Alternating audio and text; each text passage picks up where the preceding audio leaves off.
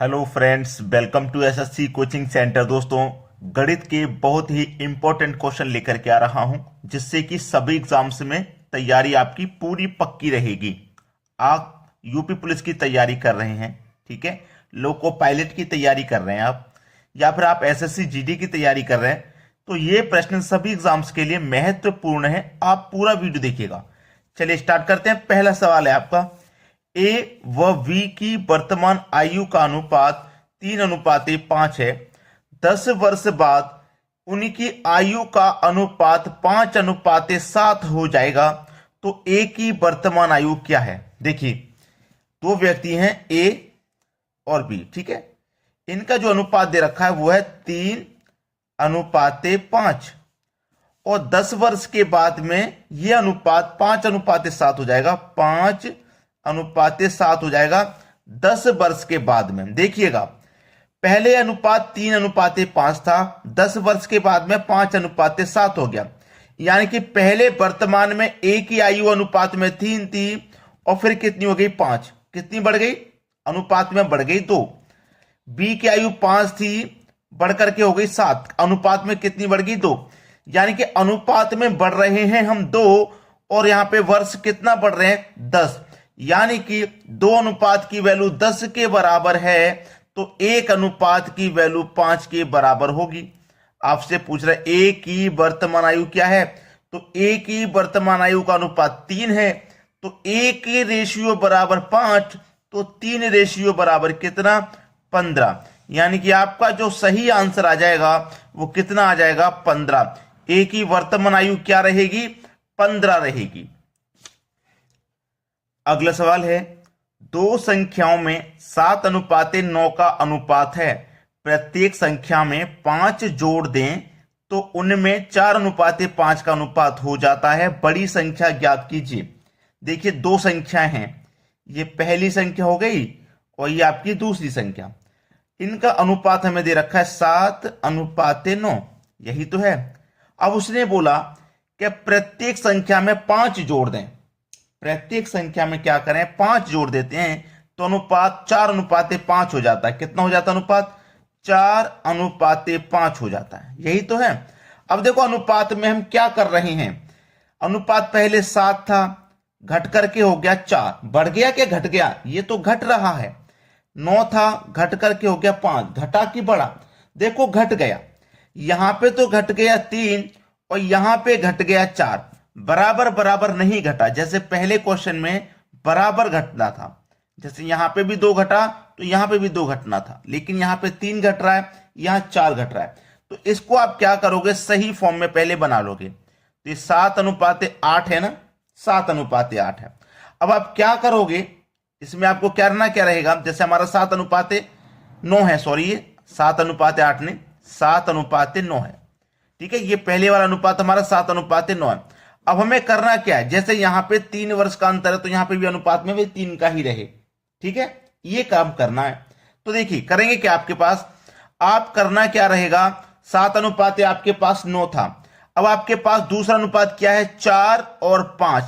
तो देखिए, इस 4 का हम क्या करेंगे? 2 से मल्टीप्लाई करेंगे तो 8 आ जाएगा। इस 5 का भी 2 से मल्टीप्लाई करेंगे तो 10 आ जाएगा। अब देखो, दोनों का अंतर कितना है? 1। और यहां पे भी अंतर कितना है? 1। अब अंतर बराबर है, तो यहां पे देखना, उसने क्या बोला था कि प्रत्येक संख्या में 5 जोड़ दें तो 4:5 हो जाता है।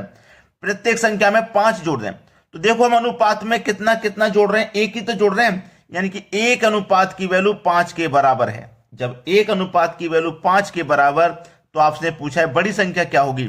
तो 7 और 9 में बड़ी संख्या तो आपके पास, ये बाद वाला नहीं, ये तो रेशियो हमने बनाया है इनको बराबर करने के लिए, ठीक है। तो हमारी बड़ी संख्या 9 थी, तो 5 कमल पे 9 से कर दो, आंसर आ जाएगा 45। ये आपकी प्रश्न का बिल्कुल सही जवाब है। सभी को समझ में आ गया ना? चलिए अब देखेंगे अगला क्वेश्चन।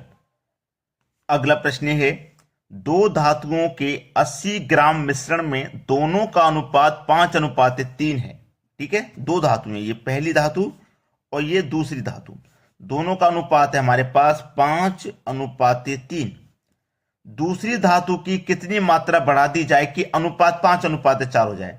कितना हो जाए? 5:4। उसने साफ साफ कहा है कि दूसरी धातु की कितनी मात्रा बढ़ा दी जाए। वो दूसरी धातु की मात्रा बढ़ा रहा है, पहली धातु की नहीं बढ़ा रहा, तो दूसरी ही बढ़ेगी। तो दूसरी पहले 3 थी, अनुपात में बढ़ करके 4 हो गई। इसका मतलब अनुपात में कितनी बढ़ गई, 1। अब इसको करना आसान है। देखिए पहले अनुपात था 5 और 3, पहले अनुपात 5 और 3 था, ठीक है। अब इसमें मैं क्या करूंगा, दोनों में देखिए एक एक जीरो बढ़ा लूंगा, ये 50 हो जाएगा, ये 30। अब ये जीरो से जीरो कट गया तो निकल के वही तो आ गया ना, 5:3। ऐसे ये 5:4 है, 5:4 है। अब इसमें भी एक जीरो और एक जीरो बढ़ा लूंगा तो 50 और 40 हो जाएगा, तो जीरो का जीरो कटने के बाद 5:4 ही तो आ गया, आ गया कि नहीं। तो ये अनुपात जो होता है ये कटने के बाद वाली संख्या ही तो होती है, कटने के बाद वाली संख्या। आपके पास धातुओं के 80 ग्राम मिश्रण में, यानी कि धातुओं का जो मिश्रण वो कितना है, 80 ग्राम है। जब आपके पास धातु के मिश्रण का योग 80 ग्राम है, योग जब 80 ग्राम है तो आप अनुपात का भी योग कर लो, तो 5 और 3 कितना, 8। तो इस अनुपात के योग से इस योग को काट देंगे तो 10 बार में ये कट जाएगा, यानी कि 10 ग्राम आपके सवाल का बिल्कुल सही जवाब। चलिए आप देखेंगे अगला सवाल। अगला सवाल है 25 वस्तुओं का क्रय मूल्य 20 वस्तुओं के विक्रय मूल्य के बराबर है तो लाभ या हानि प्रतिशत क्या होगी।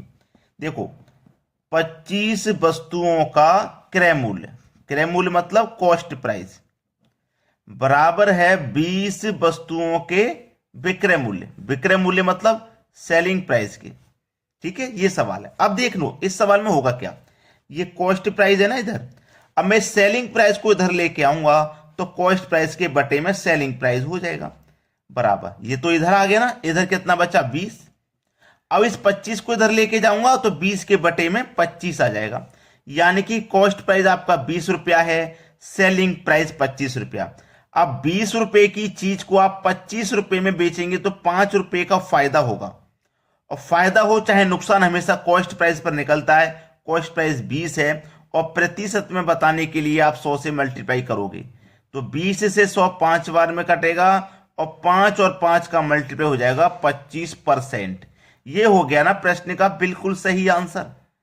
क्लियर है ना, अच्छे से समझ गए आप। अब देखते हैं अगला सवाल। अगला सवाल है 360 वस्तुओं का क्रय मूल्य 400 वस्तुओं के विक्रय मूल्य के बराबर है तो लाभ या हानि प्रतिशत क्या होगा। देखिए 360 वस्तुओं का क्रय मूल्य, 360 वस्तुओं का क्रय मूल्य मतलब कॉस्ट प्राइस बराबर है 400 वस्तुओं के सेलिंग प्राइस के, सेलिंग प्राइस के विक्रय मूल्य यानी कि सेलिंग प्राइस के बराबर है, ठीक है। अब देखो इधर कॉस्ट प्राइस रहेगा, अब सेलिंग प्राइस इधर आएगा तो कॉस्ट प्राइस के बटे में आ जाएगा सेलिंग प्राइस। क्या बचा इधर 400, अब 360 इधर जाएगा तो 400 के बटे में 360 आ जाएगा। अब देखो कॉस्ट प्राइस 400, सेलिंग प्राइस 360। अब 400 रुपए की चीज को हम बेच रहे हैं 360 रुपए में तो हमें 40 रुपए का नुकसान, यानी कि 40 रुपए कम में बेच रहे हैं तो हमें नुकसान हो जाएगा 40 रुपए का।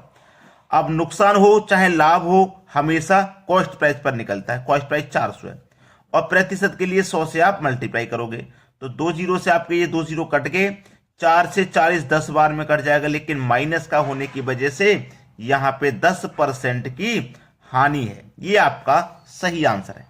समझ में आ गया सभी को। अब देखते हैं अगला क्वेश्चन।